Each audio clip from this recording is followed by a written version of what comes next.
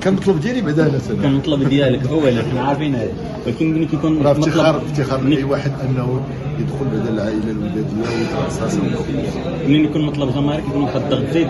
شنو اللي كتوعد به الجماهير، شنو اللي كتمنى ما يوقعش لك في هذه التجربه الجديده مع الوداد؟ كنتمنى بانهم يصبروا عليا ويصبروا على الكوتش، لانه سي نورمال داك العشق اللي عند الجماهير كيجعل انهم متعشقين وكيضغطوا بزاف، ولكن راه إلا s'il pousse les gens à prendre des décisions بزاف ça peut être une mauvaise décision. C'est pas sûr، يمكن تكون une bonne décision، ولكن dans la précipitation راه يمكن ديما الواحد كيغلط.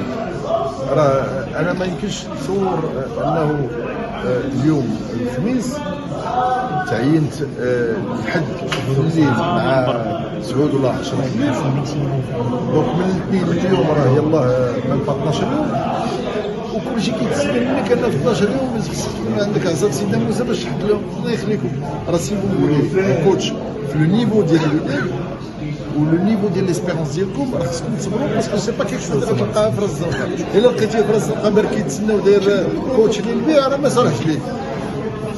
دونك مانون المرحله الاولى حنا الحمد لله مرينا منها، جو بونس كو زعما راه سا ليماج ديال البلاد.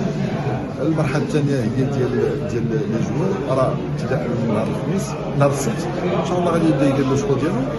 ميم با اون سيمين غتسمعوا الانتدابات اللي خصهم اونكور اون فوا يكونوا بيان بونسي بيان ريفليشي بارابور لو بوزوان ديال الوداد اي بارابور لو ستيل دو جو ديال الكوتش.